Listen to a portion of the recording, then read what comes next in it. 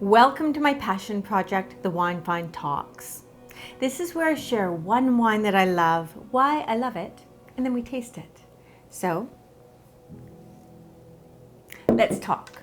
The wine I'm sharing with you today is the 2022 Naturalis Organic Sauvignon Blanc from Southern Australia. Now this is a wine for those looking for a delicious, affordable, certified organic wine by a winery that values the planet. No artificial pesticides, herbicides, or fertilizers are used in the vineyards where this wine is grown. It's also vegan friendly, gluten-free, and non-GMO. I also love that the wine is made by a family with winemaking pedigree. Naturalis is produced by the Angove family, which has been making wine for 135 years, over 5 generations. They're one of the largest producers of organic wine in Australia right now, and they are committed to sustainability in the vineyards and at the winery to ensure their legacy as environmental stewards lives on for generations. The winery values the vines, yes, but they also value the overall biodiversity of the vineyard because it creates the best environment to make great fruit and wine. That biodiversity is sustained by honeybees, which support the local flora and fauna. So that important creature is actually recognized right on the label. So it's a wine you can be proud to pour. Not bad, actually, for a wine that costs just $12 in the US and about just shy of $17 in Canada. So let's taste it. In the glass, classic color. Now it's pale straw, but there's absolutely sort of greenish inflections, which can be found in Sauvignon Blanc. You see that right there. Lovely, clear and bright. Give it a swirl and a sniff.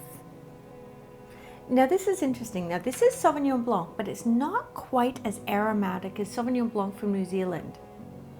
It's aromatic, but it's a little bit more subdued, yet not as restrained as the expressions from France, such as in the Loire.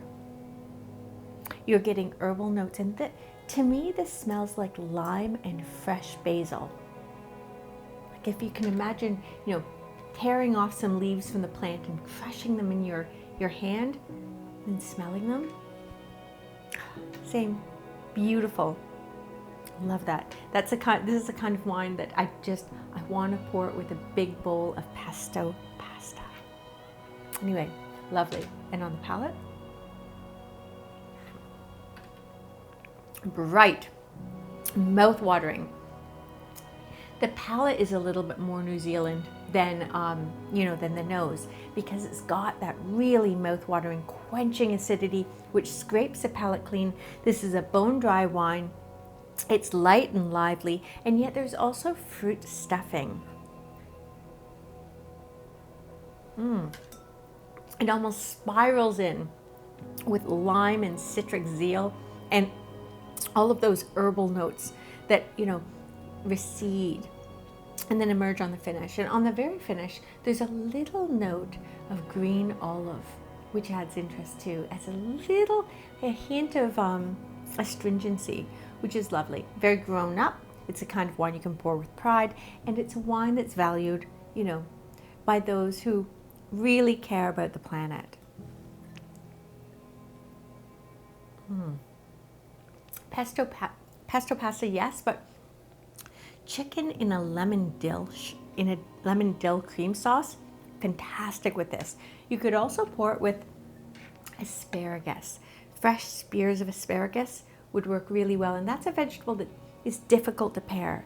This is one wine that would work really well with it, and that is what I wanted to talk about.